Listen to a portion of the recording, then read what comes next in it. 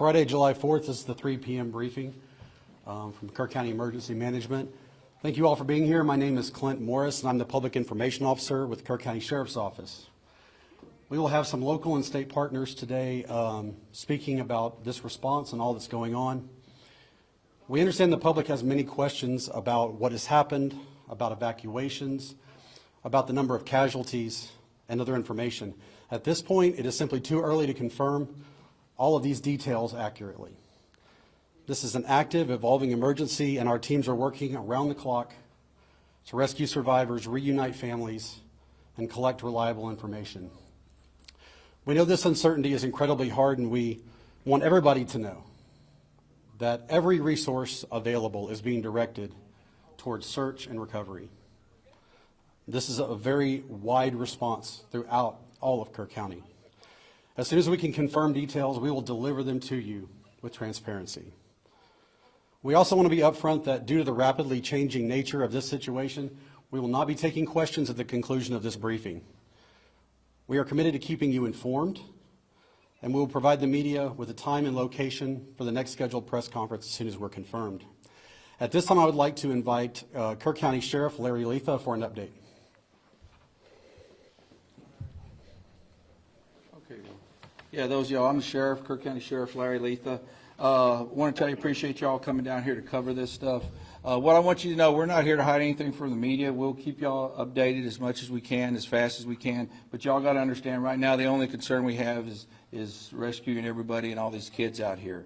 What I can say, there's still several people unaccounted for right now at this point, but we're working really hard, and we're going to continue. This is probably going to be a couple of day process, okay? We don't know when it's going to stop raining, how much more, hopefully not much more. What I can tell you, at this time, currently, we have identified 13 fatalities. Okay, well, I'm sorry, we haven't identified, and we have located 13. That's at this time. I think there'll be more when this is over and time to tell. We'll do our best job to keep you all informed as we can. What I'd like to tell you about is our reunification centers. One of them is at Ingram Elementary. That address is 125 Brave Run West, Ingram, Texas. The other one is at the Arcadia Live, which is at 717 Water Street here in Kerrville. So one of the biggest questions we've had is where can we call? How do we get a hold, or how do we find our loved ones? What you'll do is you'll contact the Red Cross. The number is 1-800-733-2767. What I'm going to ask the public to do at this time, what we need is, we've got a lot of assets here from every agency. I actually really don't know what all. I mean, they keep coming in. My phone doesn't stop. We've got a lot of help out there. We'll be able to do the job. It's just going to take some time. But I ask everybody to shelter in place, okay, if you can. That's what I'd like to get out. Please shelter in place. We're working really hard. We don't have a number of how many are missing. Obviously, we're working hard and around the clock to do that. So at this time, I'll turn it back over to PIO Clint Morris. Thank you, Sheriff Letha. Now I'd like to welcome to the microphone Kerrville Mayor Joe Herring, Jr.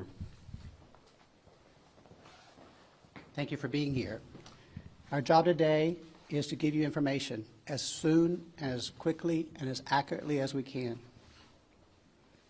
I want to say another time, thank you to all the dedicated men and women from so many different agencies who are here to help. City crews, county crews, and state crews are working extremely hard to help in this situation. I want the public to know we are doing everything we can to rescue those who are in peril and to find those who are missing. Now I'd like to call on City Manager Dalton Rice. Thank you, Mayor Herring. Dalton Rice, the city manager for the city of Kerrville. I really want to appreciate and thank everybody for their patience. We know that this is a lot going on. We know that some of the times have changed. As I said before in the previous briefing, this situation has evolved very quickly, and it's still actively going on. So I want to kind of share a couple things. We have what we know, we have what we don't know, and we have what we don't know we don't know. And so we're continuously working through this process. Kind of just a real quick brief history of what happened on the timeline this morning. The North and South Fork, which feed into the Guadalupe, hit peaks about 3 a.m., give or take. Don't quote me on my times, but somewhere around 3:30, 3 a.m. I was on the river trail at that time, and everything was fine. Within an hour to hour and a half to 2 hour period, it was up almost to the bridge. So it rose very quickly, very significantly. We even had crews, out just getting ready for the 4th of July event, and we could not anticipate this. Despite flood warnings, despite everything going on, there were some things that happened very fast. When those two rivers converged, or two forks converged, it created obviously a large flood event. In that, because of the early morning hours and because of the holiday weekend or holiday time period, those were not yet awake, and there was a lot of people that were sleeping. And so as we are going through the camps, we are still trying to figure out where people are, what's going on, and how to best serve those. So again, thank you for your patience. I'm going to throw a lot of information out to you guys as far as shelters. We do have multiple shelters set up. Shriner University Event Center at 2100 Memorial Boulevard. First United Methodist Church at 321 Thompson Drive. Calvary Temple Church, 3000 Loop 534. Notre Dame Catholic Church, 929 Main Street. We also have a donation center located. You can call the Red Cross. They are not quite set up as far as donations yet. However, Cross Kingdom at 3044 Jet Highway, 830-367-3480 is taking donations, so please contact them if there's any donations out there. We are working on getting a volunteer set up, so we understand that a lot of people want to help, a lot of people want to provide their assets and their time, but please bear with us while we get a number and get a volunteer coordinator set up. So if you want to help, give us some time. We are currently still actively rescuing, so we are not quite into recovery mode yet. We are still actively trying to find those that are out and those that are needing assistance. A couple utility updates. KPUB, Kerrville Public Utility Board, our electric co-op. We have about 2,800 customers that still remain without power. Damage assessments are ongoing.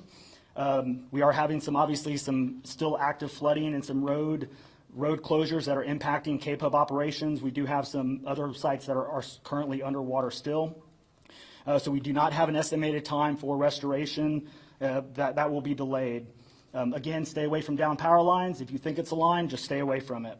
You can report outages 24/7 on the Smart Hub app, online at kpub.com, or 855-959-2496.